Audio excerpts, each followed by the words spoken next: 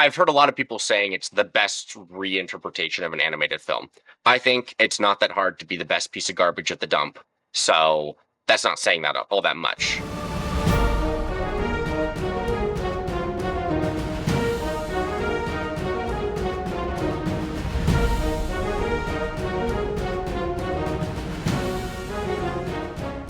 Hello, ladies and gentlemen. Welcome back to another episode of A Lost Plot, the podcast by storytellers for storytellers so that we can tell better stories ourselves. As always, I'm your host, Maverick, and today we have back with us one of our favorite co-hosts, Andrew, to review the remake of the original How to Train Your Dragon with the live-action actors. So, that's what you're going to get today. It's going to be structured a little bit different than what we're normally used to, but to get into the details of it, it was just released in 2025, this past Thursday. The screenplay is by Dean Dubois and directed by the same person. It's also based on How to Train Your Dragon by Cressida Cowell. All that good stuff. We talked about this last week, so if you're curious on the full rundown of this film, go ahead and listen to that one. We're not going to get into the play-by-play like we normally do, partially due to the fact that this film is very similar in literally even the lines compared to the last one. And we're going to mainly talk about the differences between the two. Is one of them more compelling than the others, and why? But before we get into that, Andrew, what was your initial impression and rating of How to Train Your Dragon, the 2025 version? It is yet another reason why we ought not to make live action duplicates of animated classics. My overall rating was a 3.9. Wow. That is way lower than your other review. If you look back at that, I believe it was an 8.4, so that's less than half of the rating that Andrew got from the last one. I'll be curious to see how this conversation goes, because I gave it a 6.2, which is, of course, in the rewatchability space. It's not obviously as high as the last one. I think the last one I gave at the end of the conversation a 7, so it's almost a point lower, and I could be convinced to take it lower than that, but I had a long drawn-out thought process about if a movie is this similar to the last one, does it hold up in every way, or is it totally garbage as a result of that? I'm sure that will be in the conversation today, but before we get into the meat and details of it, of course we will have a quick summary of it. Once again, we gave a full review of the plot line in detail in the last review, so if you're curious about our full thoughts on How to Train Your Dragon, listen to that. But if you want to see about the differences between these two films, that is what this is about. So, that being said, Andrew, what is the plot of How to Train Your Dragon 2025? I mean, I think overall the plot is at its core identical to the original. You have Hiccup, who is coming of age, trying to reconcile being a dragon lover and a Viking. Those two worlds collide, and he has a massive fight scene at the end of the movie. Nice. Wow, even his summary is way shorter. Yes. Nice. So, that's what you got. I'm not going to get into the opening scene because the opening scene is basically the same in every way, except for you have dragons that look like they could exist in our world with scales and nasty, claws and all that stuff. And you have real actors playing them rather than animated CGI effects and all that good stuff. So, let's talk about the characters because that's where the meat of it is, and then overall differences in the plot. Let's start off with that main character, Hiccup. What are your thoughts on Hiccup as a protagonist in this one? Is he very different from the one in the previous film? Is he more compelling, less compelling? What are your thoughts? I don't like this iteration of Hiccup. I think there are some major differences in the way that his persona and character is communicated. And I have that broken down into three main ways. The first way is he lacks his sense of bravado that he has in the first one. And you get this actually a lot in the opening scene, as well as some interactions with the rest of the characters. It's like this awkward bravado he has. And I can't I'll try to communicate this in the visual here, but he does a lot with his shoulders and a lot with his hands. And there's a lot of movement that he does as a character in the animated movie that is like, it's something little you wouldn't notice, but I think it takes a lot away from his character in this live action iteration because he doesn't have that awkward charisma. I don't know if that is a thing, but it's the best way for me to put it. The way I can compare this is he is the Andrew Garfield Spider-Man of this universe. Mason Thames is when it comes to Hiccup. He doesn't have that awkward, nerdy like persona that Hiccup brings with him. And even in the line delivery, especially in the opener, like when he first interacts with Gobber, he talks about how you can't restrain this Viking, and it's like watching the line delivery was just so off. And then also when he's talking to his dad about, oh, I think the village could do with a little less feeding, the line came across as more of like a antagonistic than just, oh, I'm just Hiccup making fun of the people around me. And I think this definitely gets taken away when they take away the dialogue with him and Gobber when he's complaining about his dad. And he has this little monologue where he kind of pretends to be stoic. And he's like, "Excuse me, barmaid. I think you brought me the wrong offspring." And he's trying to, he's really just venting to Gobber. They completely take that entire thing out. Like, they have Gobber walk him home, but they don't have this like extended dialogue there. And this comes out more in the movie, and I think as the movie progresses, he distances himself further and further away from the Hiccup that we knew and love. There's just, it's not there. The persona or the characteristics that we had just don't exist. Interesting. Yeah, that is very different from my impression of this Hiccup. And one of the things I was thinking about a lot comes from a background of and this is going to come out a lot in my interpretation of this film, right? But they are dealing with so actually let me back up just a second. Looking at films recently, I'm looking at how Hollywood has been trying to keep the film industry alive in the midst of a world that seems to be more and more antagonistic toward the films they've been releasing, right? There's been fewer people going to the cinemas. At least that's what I've seen watching films come out recently. The movies are not being watched in the same way they were previously. People aren't just going out to see movies because they're like, oh, this looks interesting. It could be a good film. More so, everyone is interested in seeing, oh, is this a good movie? Or do I know that this is something that will probably be good? No, then I'm not going to go to the movies. I'm just going to watch something at home.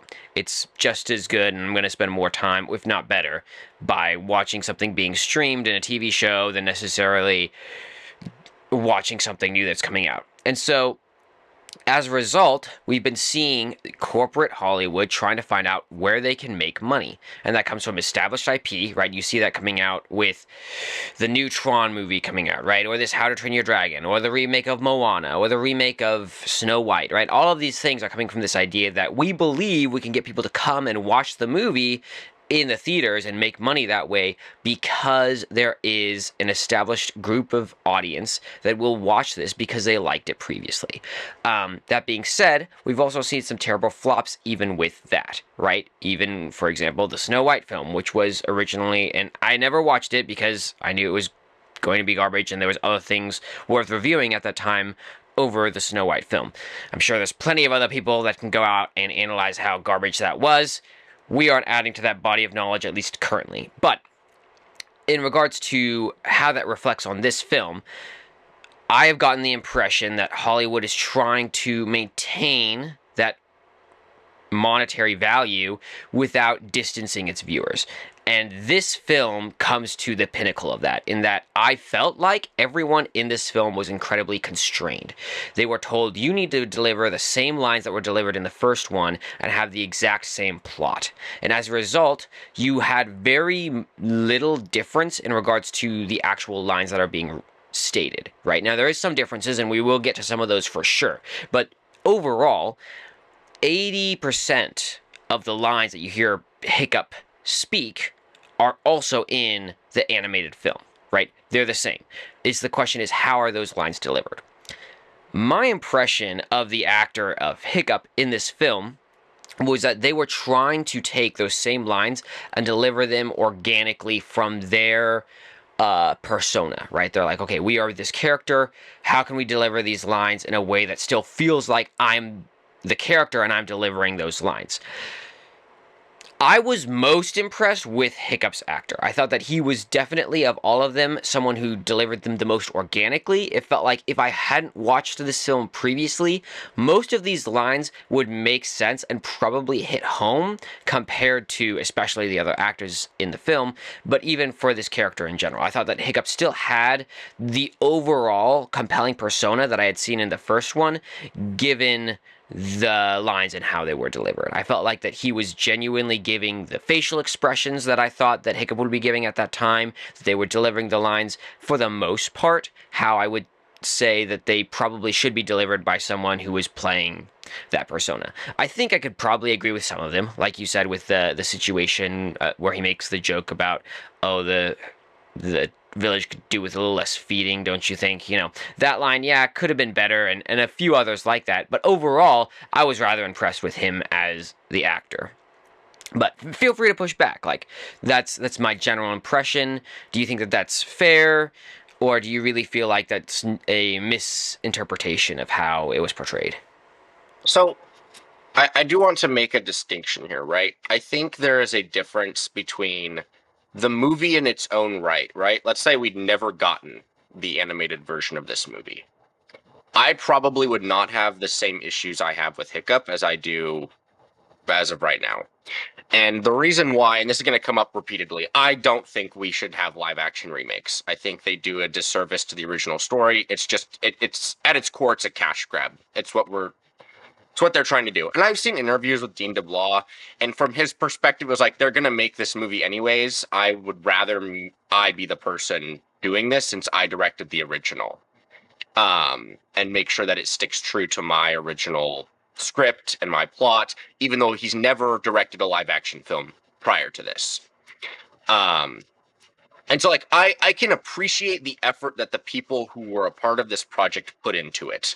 I think that Mason Thames does a good job with what he's given. I think he just doesn't deliver the Hiccup that we were given in the animated movie. He brings his own interpretation to the character, which is like, okay, that's cool. I just don't like that this movie was created to begin with. And I don't. Okay. I want to clarify also, I'm not hating on the movie simply because I don't like that it exists. I think that there are very real reasons why they shouldn't exist, and because there are certain things that don't transfer well. And the fact of the matter is, you're never going to have a perfect interpretation of an animated character into live action.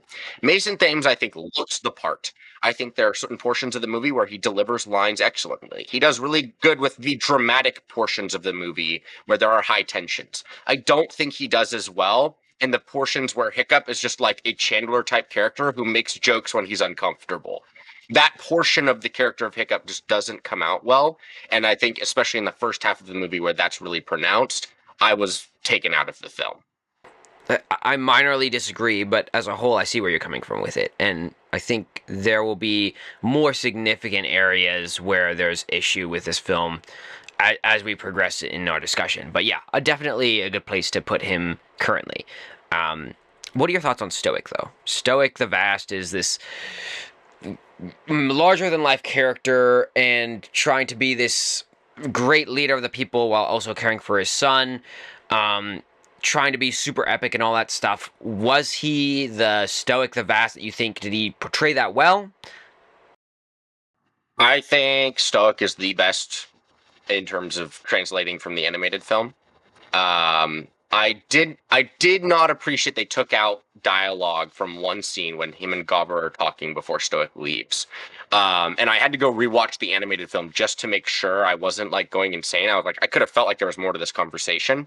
And there is. And it's like he's wandering the Great Hall and he's like expressing his coming of age and what it was like for him and how Hiccup is just not that. And I don't think we get as much of that in the film. They instead kind of cut that dialogue short. I think there was, again, some line delivery that was a little weaker, but overall, I think he did a really good job. Obviously, it's the same voice actor, so you're going to get a lot of that. I think they did a really good job translating this quite literally larger than life character, because Stoic is just this absolute tank in the animated films. And like in interviews with the actor, he said it was like a 90-pound costume. Like it was massive. Yeah, And so a lot of and you can that see bulk, that. yeah, a lot of that bulk in the film is from the costume. But I think they did a good job translating that and making him look more proportional while also making him still look almost larger than life. So I enjoyed Stoic's character in terms of the translation from the animated film. And I think the reason I'm, again, heavily emphasizing this translation, right? This is a movie that is made and advertised as being an exact shot for shot of the original. And so the question of whether it holds up or fails is how well does it do that? Yeah, and yeah, I would generally agree. I think that, ironically enough, Stoic is like the middle ground character for me. I think that he has a lot of really good lines and holds up in a lot of places really well. My big issue, honestly, comes at the end of the film with Stoic. Just to jump ahead, once again, if you haven't seen our full review, go ahead and watch that from last week, because that's what we talked about originally. But the differences between this film and that film get pronounced in one or two lines near the end, where Stoic realizes that he was wrong this entire time and Hiccup was right. And in the animated film, you see Stoic the Vast say, I'm sorry for everything, right? And then Hiccup says, me too. And they have this whole like coming to terms thing in the middle of this fight where they reconcile as disaster is striking them. In this film, it's not the same lines. In this film, what he says is, I was only trying to protect you, right? And that might seem like a little bit of a nitpicky thing, but for me, it felt like it destroyed the arc of Stoic's character, because what you were dealing with was no longer a father who was acknowledging his mistakes, saying he was wrong, as much as a father who was trying to make up for his mistakes by saying, oh, almost like providing an excuse. Like, I was doing this for you. It was always for you. And it's really not so bad. It was just, me doing this thing, and sure, it kind of got messed up, but this is the end result of what we got, rather than saying like, I actually messed up and I need to apologize for how I've been treating you. And I just felt like for this person who is so strong, larger than life, super big leader, humbling himself for the sake of understanding where he went wrong and making amends for that, really wasn't emphasized in this. And instead they were trying to put the emphasis on, I am trying to just be the father that I think I should be. Does that make sense? Yeah, so I will clarify. There are moments in this film that I kind of categorize separately from the character themselves. I think there are portions towards the end that I did that. So like, I'm not disagreeing with what you said at all. Like, I think there are definitely portions of this film that they kind of tweak and attempt to make it more impactful that I think fail. And what were your thoughts on that scene specifically? Did you, or I other scenes agree. around Stoic? I think another one that they really tried to bring up is they harp on this idea of his mom, which I think is like an interesting addition, right? We don't get that in the original film. But I think they're trying too hard to give Stoic justification for why he does what he does, in the sense that, like, remember, and when we talked in the last review about for How to Train a Dragon, they do so much and so well with showing rather than telling. And this film tries to tell us a lot without showing Yeah. it, which I think is one of the biggest issues. And one of those issues is the idea of like, oh, your mom was taken for us. And he keeps harping on this idea. I think they maybe could have put like one line in there about that, and we would have been good. Or maybe not even put any line in there, and we would have just found out later on in the second movie, which they're already making. So I would agree, right, that there is generally this idea.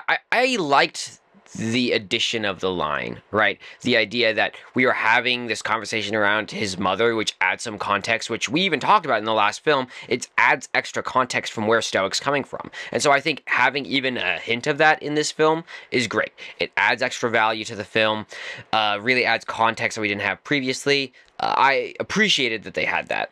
Maybe they didn't need to harp on it as much, but that was one of those small additions that I generally thought was a good add. So, Yeah, I can see where you're coming from with that. I don't think it took away a ton from his character in that regard.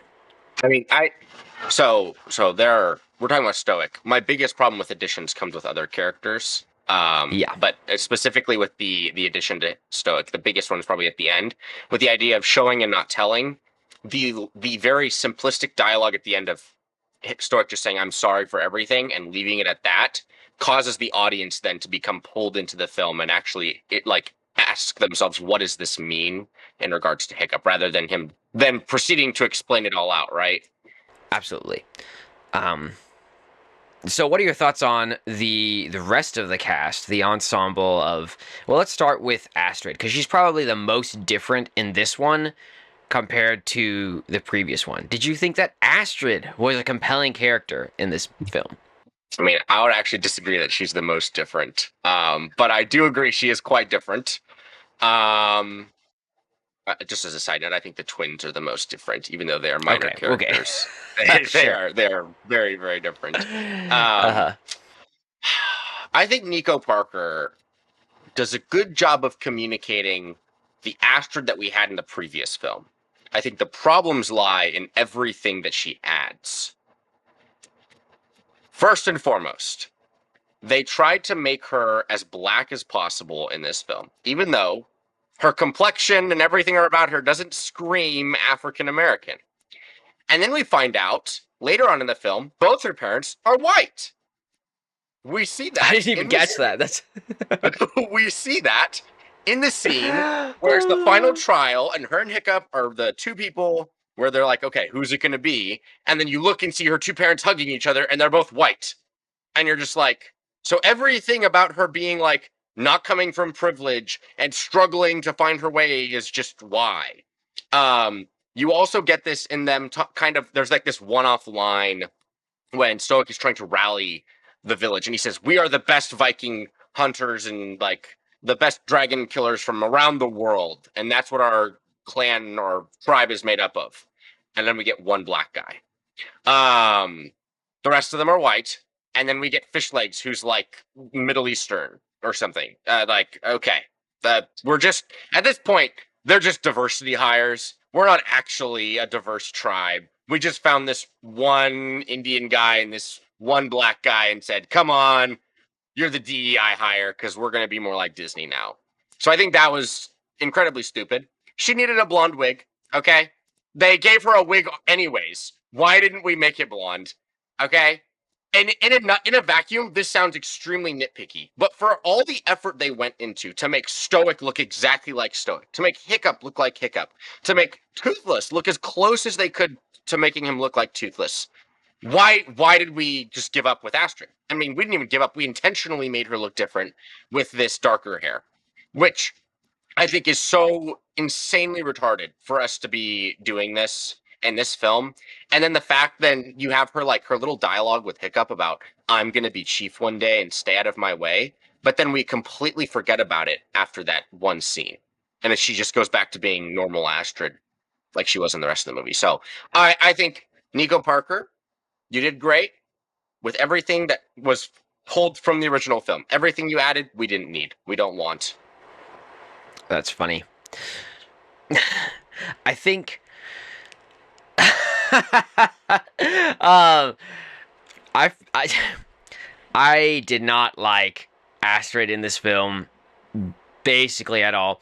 I didn't like her in the previous one, but almost less so in this. The only thing that I at least appreciated they were trying to do is adding some context to her, right? She had more of a background on who she was and what she was trying to do, right? She's trying to achieve something in her life, and you get some context from where she's coming from that you don't really have in the previous film. So they were trying to develop her. That being said, I think the actress sucked. She had two looks. It was lovey-dovey eyes, and then this big saucer eyes that she looks at everything and says in a somewhat basic tone of voice for the entire film. She just didn't, I think, add the expression that I was expecting for this film, and she looked the same no matter what line she was portraying. And so, as a character, I just thought, okay, you don't look like you're really enjoying this or wanting to play this character. overall, other than that, like she took me out of the film already in the last one, and then especially so in this one when you're seeing a live actor play this character and not buying it anyways. The only line that I saw that I thought she actually said well was when they were fighting the Red Death and she gets dropped off by Toothless, and then she says go. That was the only line I saw in the entire film. I'm like, oh wow, okay, she actually played that one well. Good job. So no, I just couldn't buy it. I just did not like her as an actress. I think it's one of those times where it could have been good. Why weren't you at least a little more expressive, especially in the scenes where you were like, this matters a lot to me, you know? I need to become something in this tribe to prove myself, to have some merit amongst the people here, etc., etc. It just wasn't there for me. I think, I'm going to be honest, I think the fact that they tried to give her more background makes the fact... So, like, okay, let me refine this. I think she translates the Astrid we had fine, right? From the original film. The thing is, in the original film, Astrid doesn't have that much to do or say in terms of, other than just, like, being in the ring and being angry for, like, the entire film. And so it's, like, she has, like, one mode for, like, the entire film. And so it's, like, in terms of translating that, she does fine. But the addition of all the other scenes makes that so pronounced, which is why I think it makes her worse. Does that make sense? Kind of. I'm not also defending Astrid as a character in the last movie, which if you listen to the last podcast, I thought she was okay. I don't think she's amazing. Maverick really didn't like her in the last movie. I think she's just meant to serve the purpose of being a side character. And so I didn't really have that high of expectations for her in that last movie. In this movie, they try to make her this strong Viking woman who is also of some descent that we don't know, and she wants to be chief. Will they even let a woman be chief? I don't even know. That's a whole nother question. But, you know, they are Vikings, so it makes sense that they wouldn't. So I don't even know why she's striving for that. Or mad at Hiccup, of anyone, for that matter. But yeah, I didn't enjoy her character in this film. I knew the scene when she kissed him was coming up too, and I was like, I can't even. I'm just going to go on my phone right now. I was like, this is... It's just... the other thing I think that made it worse for me is that in the last film, or the original film, I should say, she is just this like, she is basically, of all of the kids, she is the most accomplished. She is the one that everyone looks at and goes, that's going to be the one who succeeds, right? And so she kind of, in my mind, they don't explicitly say it. In my mind, as the audience, it's like, okay, she has this weight on her shoulders. She wants to live up to expectations. She's put in all this time and effort, and Hiccup is just the Nepo baby.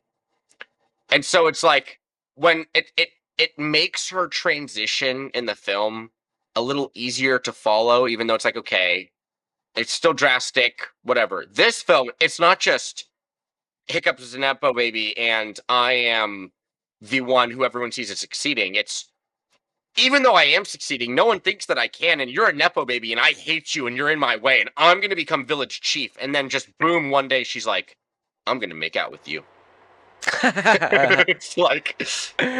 Yeah. Maybe she's going to be the wife of the chief, and that's how she's going to get there. Oh, wow. That was so clever.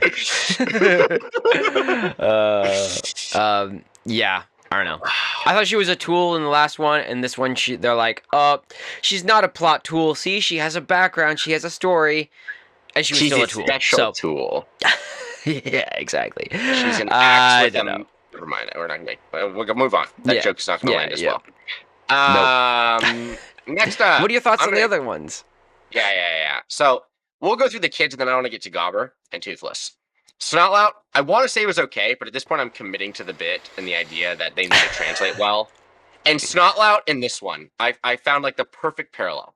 Flash Thompson in the Tom Holland Spider-Man's movies. That's what this Snotlout is. He's like this emasculated version of Snotlout that's just wimpy and like, he's like a closeted femboy who's trying to be a powerful Viking but is failing at it. Whereas In the original, Snotlout is big. He is muscular. He is definitely a man's man.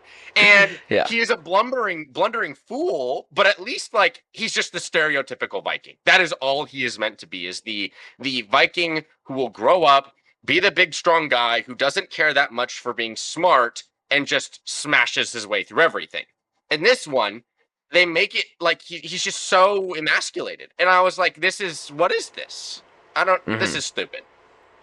I don't know if you have any thoughts on Snotlout.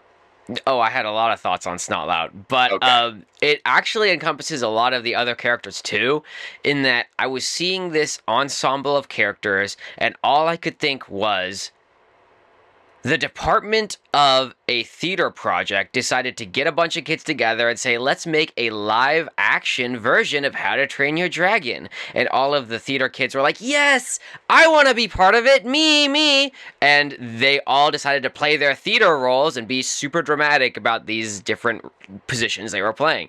And that was most encompassed in Snotlout, in that he's kind of a small dude who's trying to play this massive, bulky idiot kid, and that's what you got. So he's trying to be, oh, I'm so big and strong, and you're literally looking at this guy who's got kind of scrawny arms and legs and going, what what is this? Grid.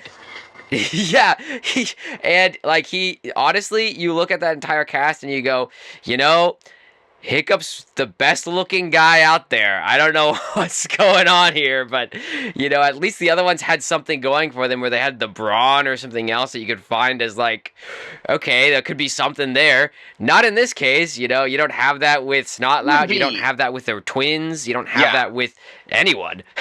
You know how they failed with Snotlout? Is that as a viewer, I would rather get in a fight with Snotlout than Hiccup. In that movie. Yep. That is how they failed. Yep. It's like it's a little close. Like I'd probably be fine in a fight with either one, but even that's an issue. Okay? Snotlout needs to be the kid on the playground that you go, holy crap, I'm staying away from him. And this one you're like, I'm gonna pick on him. Yeah, and they kind of say that he is being picked on. I mean, he has daddy issues, and that's the add-on for his character, where his dad is like, he's like, oh my goodness, Dad, don't you like me? I'm so good as a Viking. Can't you see this? And his dad's just like, shut up, and ignoring him the entire time. And it was supposed to. Yeah, basically. And you're sitting there going, okay, I know this is supposed to be an addition to his character, make him have some depth, but at the end of the day, it's not doing it. Like, he's even wimpier and more pathetic than in the last one. What are we doing? Exactly. Yeah. And that I hated his add-ons. His add-ons were subtractions from his character. Yeah, 100%. And that it's similar in my thoughts to the other trainees. They have even less depth in these ones, and they don't add as much for those characters in this one compared to the previous one. They are in dialogue form, almost nearly identical, even more so than the other characters in this film. So it's not like they added a bunch, other than their personas looked like more theater kids. Just trying to play extra dramatic roles. Yeah, and to emphasize this further, like Fishleg's character, on top of him being race swapped, he looks like he's a skinnier kid wearing a fat suit. Like the entirety of his body is just like a balloon that blew up, and then his head, like there's no fat, like there's some fat on his face, but like Fishleg's entire neck doesn't exist in the films. It's just like a head on a body, and so it just looks funny. The twins. Why weren't they identical? What the butt? Why is this a thing? It's like they're minor characters, but their entire persona, the only thing that they added to the film in the original one was that they were just two halves of the same coin. The only difference was their gender. Same. And they have a joke too, where she says that they thought that the boy was the girl. And it's like, how do you do that unless they look exactly the same? And in this film, they're like, oh, yeah, I can't possibly imagine how they could get you two mixed up. And it's like, okay. They didn't even try to make them look similar. They're just completely different. Exactly. I mean, Rough Nut, they try to do... Wait, actually, is it Tough Nut is the girl? I forget. Tough Nut's the guy. Rough Nut's the girl. Yeah, so Rough Nut, I mean, she does this whole like, oh, us girls have to stick together, and that's Oh yeah, the that was only stupid. real difference. It's just like, okay, what are we watching? Whatever. I literally don't care. So, yeah, Okay, that's Gorlock the the side Destroyer. characters.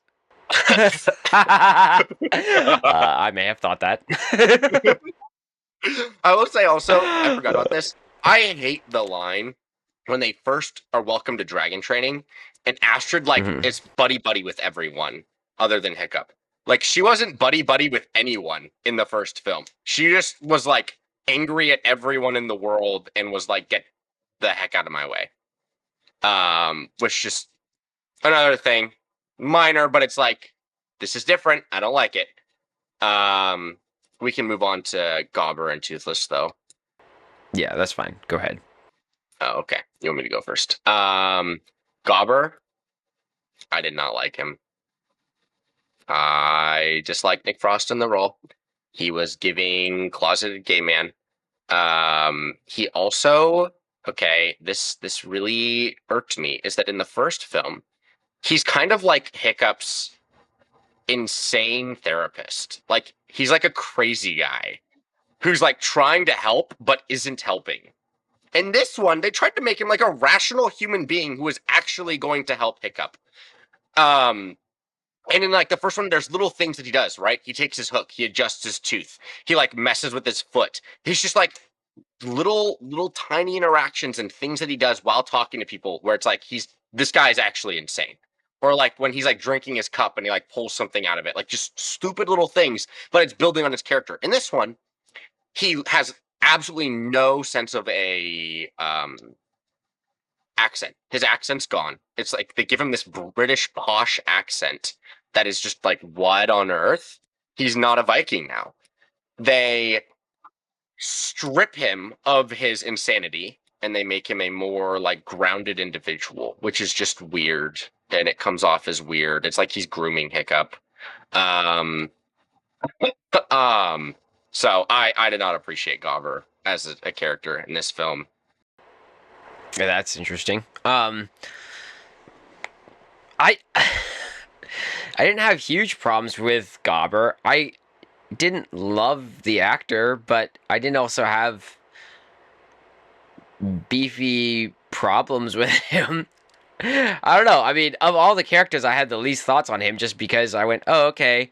I could see a lot of the lines are the same. He's got the stump and the interchangeable arms and all that. Okay. And that was that. I mean,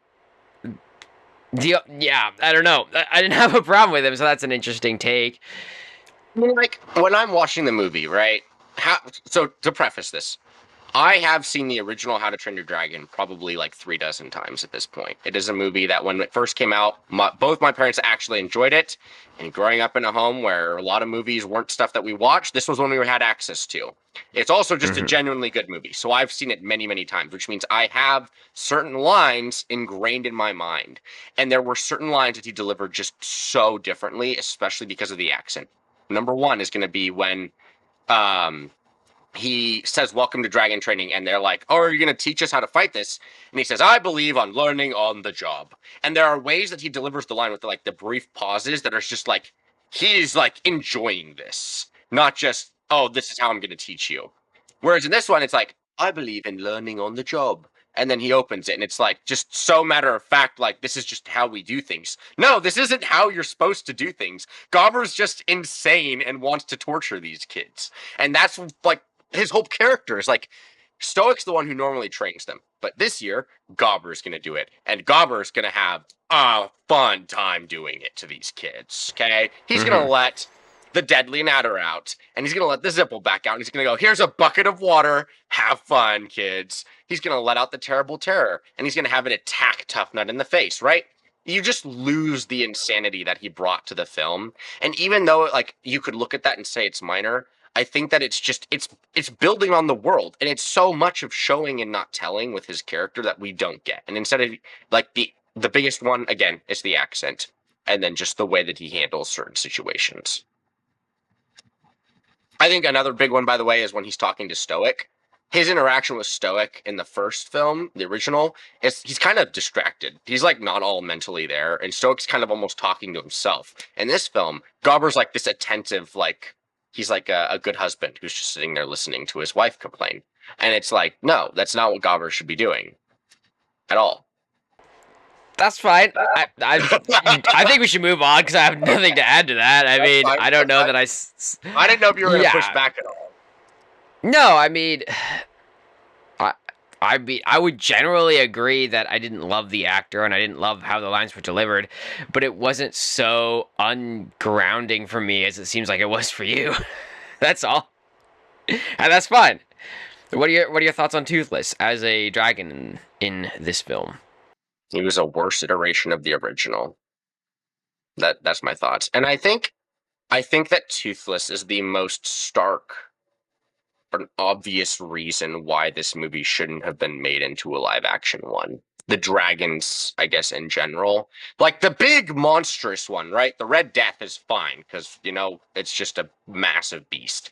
But the dragons in the original one had so much they could communicate without saying a single word.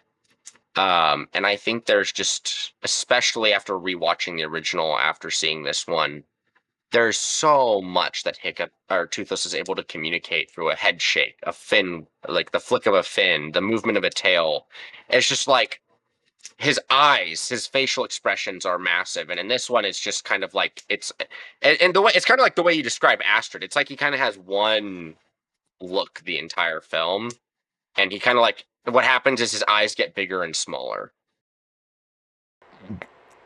Okay, I feel like this is where I get off the train with you. I feel like you're just turning into one of those ranters. Here's the deal with Toothless, right?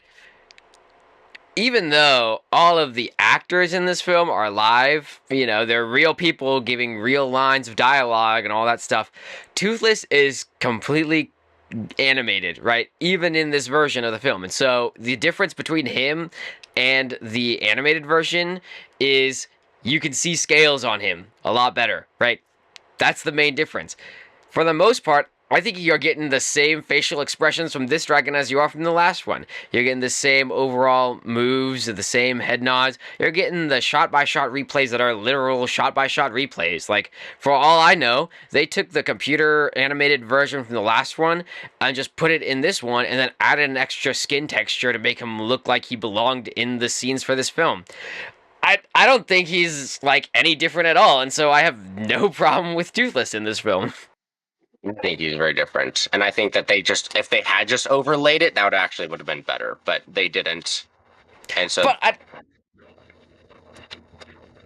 I don't even know what you could point to that would say, see, this is different from the last one for him, because it literally looks the same. Like, even in the animated one, you have the difference between the cat eyes when he's angry and the big old round saucers when he's excited or curious or any number of other things. And so you get the same puppy dog experience with Toothless in this one that you got in the last one.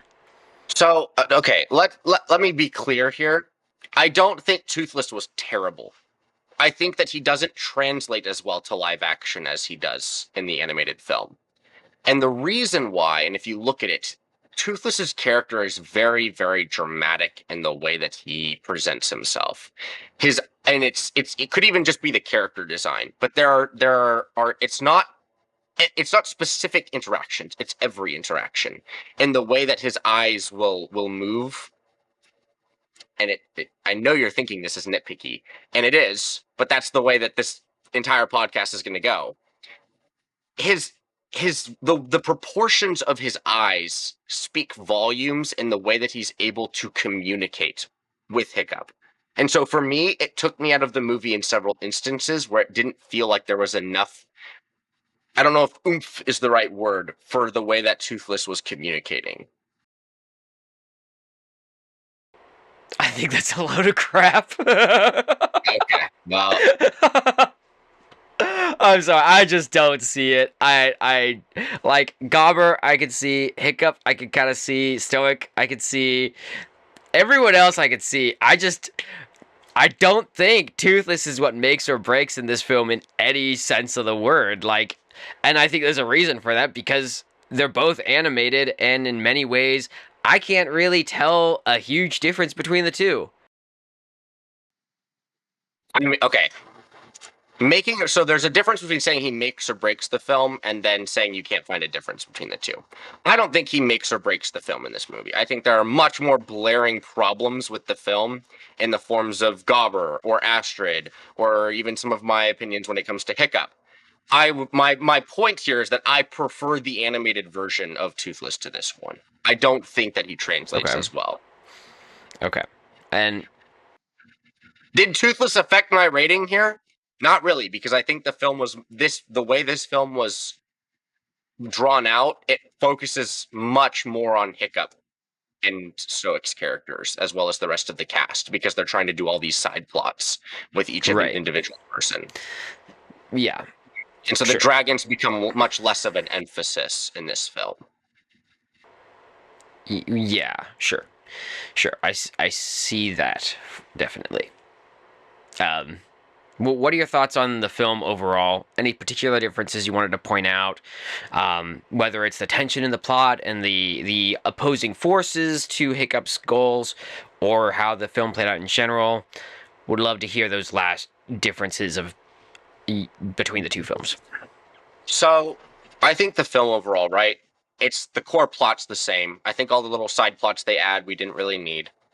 I think my biggest problem overall with this film is their use of music.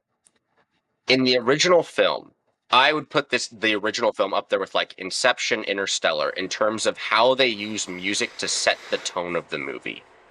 Mm-hmm. In this film, it's the same score, but the way that they use it is different. And the scene that I'm thinking of specifically is Test Flight. In Test Flight, the use of music is phenomenal. I think it's probably one of the best films in that movie. It just shows how well Hiccup and Toothless can work together. In this one, they like do this weird thing where they mute the music for a portion of it, and they have like this other track that plays. But then if you listen to the beats of the music as it's going, the beats are just off. It's like the beats are catching up to the pacing of the scene. So I don't think that affects the plot. I think that it just takes it from being a phenomenal movie and brings it down. Right? Because, right, you think about the overall plot of the movie. Is it necessary to have a plot twist in a film? No. But it can No. make a good movie a great movie.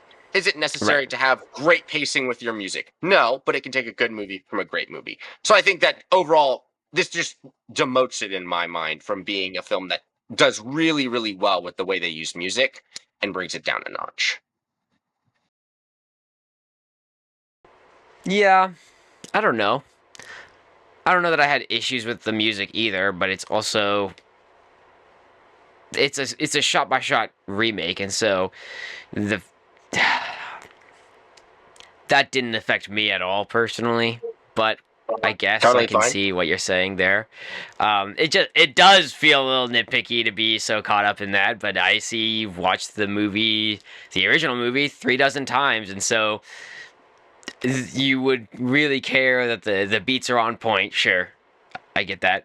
I didn't. I my main takeaway from this one compared to the last one is the idea of the dragons themselves. I kind of appreciated seeing the more realistic looking dragons in this one compared to the previous one, and that's the only thing I really enjoyed about this film compared to the previous one. Was I thought the monstrous nightmare actually looked kind of cool in this version of the film compared to the previous one, whereas I think the original monstrous nightmare kind of looks goofy, to be honest. Yeah. I mean, my overall thoughts on the movie are just if you want to see How to Train Your Dragon, watch the original. There's not really any reason to be watching the live action over the original when the live action has things that bring it down, and it has everything that was good about the original. Or the only good things about it are in the original, I think is the better way to put it. And I would be curious because I already have the background of watching the original one multiple times compared to this one, right? And so I would be curious to see, which is going to be very hard at this point, but maybe possible, to see the perspective of someone who's seen this one first and then seen the original and see what their take is on the comparison of the two.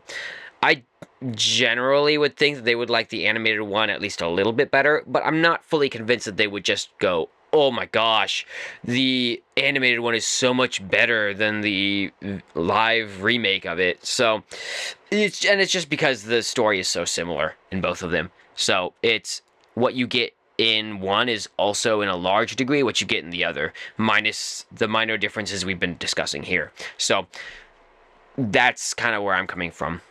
Yeah. I think, right, that for me, the rating of this movie was less so on the how we normally rank them, right? Because this is literally just meant to be a shot for shot. And so if you're asking me, do I like How to Train Your Dragon? Should I watch How to Train Your Dragon without specifying the two? Yes, watch How to Train Your Dragon. I think it's a great movie. But if you're asking me in comparison between the two, I would always recommend the animated one over the live action one. Because they're meant to be shot for shot remakes, you're just asking yourself then, all right, which one does it better? And the animated one, I think, just does it better. And so it was very odd for me ranking this movie too, because it's just like the questions, right, are about the plot and the characters, and like most of the points are going towards story elements about tensions and all of that. And it's like it does all of those things, but then the differences end up taking me out of that movie a little bit more. So Sure. And that's maybe for myself why I have such a similar rating in this one compared to the previous one, is I still think the animated one's better. But as a result of the storyline itself, I think the storyline overall, minus Stoic's arc, which I think was seriously damaged, is relatively cohesive in a similar fashion. So I didn't have a problem with it in that regard at all. And that's pretty much my thoughts on the film. yeah. Would you change your rating? Do you think this film has impact going into the future? Any final thoughts on this film? I think that's like two separate ideas there. So the first, would I would I change my rating? I don't think so. I honestly didn't really even want to rate this movie or rate it, because it is meant to be just the movie we reviewed last time, but it's live action. And so I gave it such a low rating because I'm not comparing it in terms of, is it an objectively good story? I'm ranking it compared to the original. And that's the ranking I'd give it compared to the original. So I think it has a lasting impact. I think I've heard a lot of people saying it's the best reinterpretation of an animated film. I think it's not that hard to be the best piece of garbage at the dump. So that's not saying that all that much.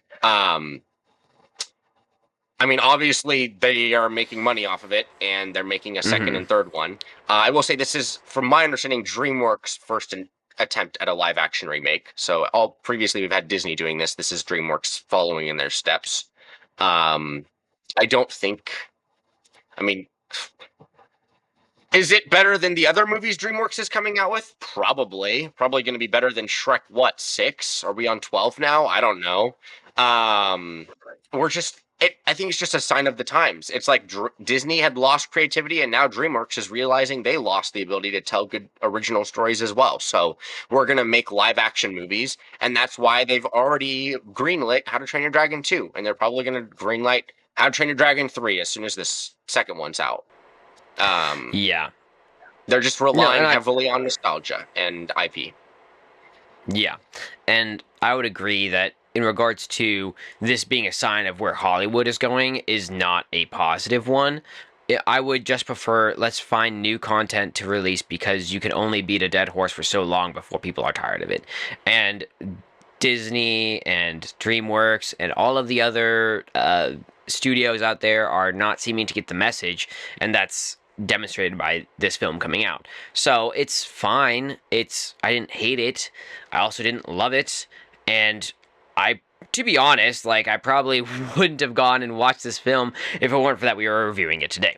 Just because I don't see a reason to, especially given the commercials where it did look like a shot-by-shot remake, and that's what we got. So I mean, it felt like someone was giving me a gift for Christmas that I already owned. Mm-hmm. It's like, wow, okay, you're I already have this pair of underwear. Yeah, what on earth? Okay, this one's like a little dirtier. Cool. So, there's that, and it's just...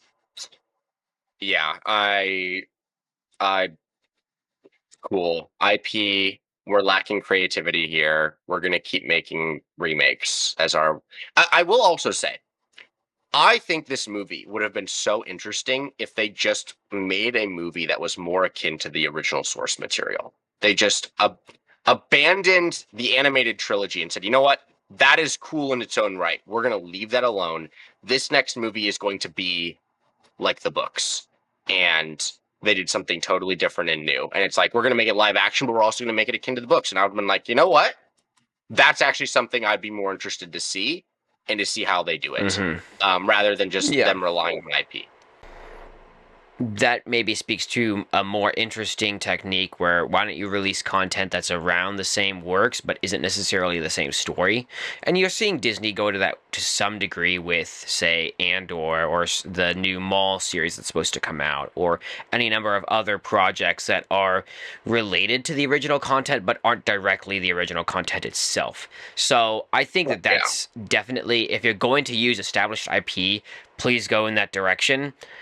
That being said, I'm not watching Ballerina. I'm not watching John Wick 5. You know, like there is some content out there that I think is just a remake for the sake of a cash grab, and you're starting to be able to tell that just seeing the posters, right? You know what this is going to be, and it's not going to be worth it.